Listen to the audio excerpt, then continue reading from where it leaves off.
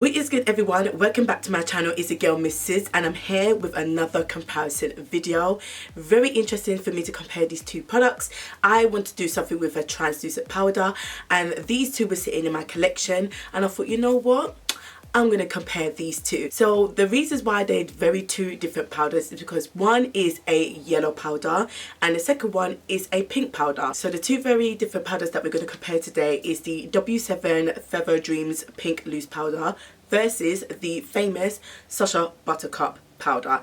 Now, I've already done a first impression on this, and I have mentioned this in my videos previously that this is not really like my favorite go-to powder. In this video, I give you guys the description, the demo, and give you a lot of my personal opinions about these two powders. So without further ado, let's get started. So this is the W7 Feather Dreams Pink Loose Powder. Now W7 has a lot of powders, and this retails for £6.95 from the W7 Cosmetic website directly. It's a finely milled pink hued setting powder providing a glowing matte rosy finish. It pretty much will be suitable for all skin types and tones, and it also helps to use under your under eye to highlight and obviously use it in your T-zone area, and it should give you an overall flawless finish. So the Sacha Buttercup, I originally got my one from eBay, which was a while back, but I think there are some websites that do sell Sacha Buttercup, and funny enough, I actually noticed that they sell it on Superdrug's website, which I didn't even know. But my one is the shade Buttercup. So from Superdrug, if you're based in the UK, it retails for about £20. It's a finely milled buttercup setting powder which works really well on medium to dark skin tones, completely flash friendly. This is also meant to be flash friendly as well.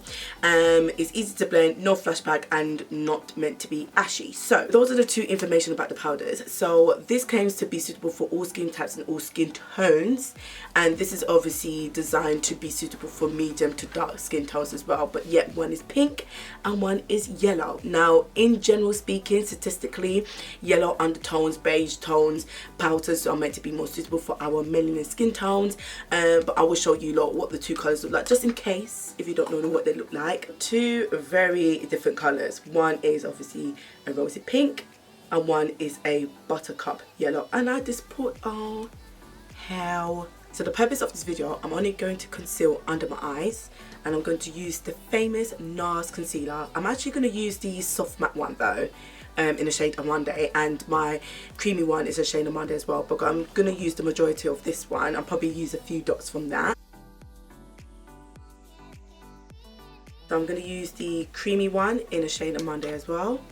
Just going to pull it more down here. Okay, so after that dries or gets a little bit tacky, I'm going to use a damp beauty blender and blend it out.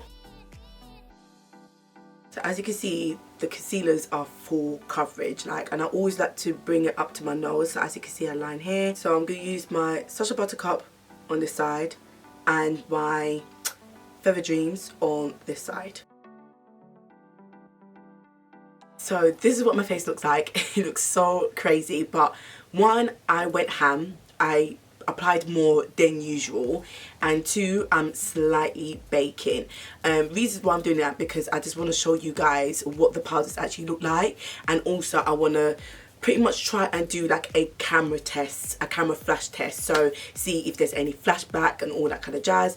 But yeah, so you can blatantly see this is yellow, and you can see, well, it may look a bit more white and ashy on camera because obviously the artificial lightings, but in person there is like a pinky hue, but obviously on camera it may look more ashy. So this is what the powders look like. So when it comes to translucent powders, all I want it to do is my skin to look flawless, to set my concealer from preventing it from setting it into my fine lines, and to basically just look good on the skin, in all honesty. I mean, it looks okay.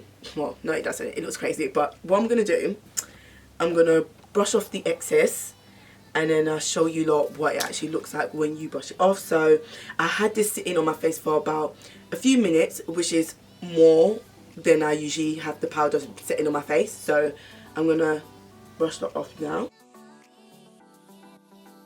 and then I'm gonna use a different brush to brush off the pink one. Okay, so this is what my face looks like after brushing off the powders. I didn't add any extra products on my brushes. I just like brush off the excess, and as you can see, like there's still a tint of yellow, and now there's like a tint of like, it's still kind of pink, but it's gonna look ashy on camera, but it is actually like a pinky hue.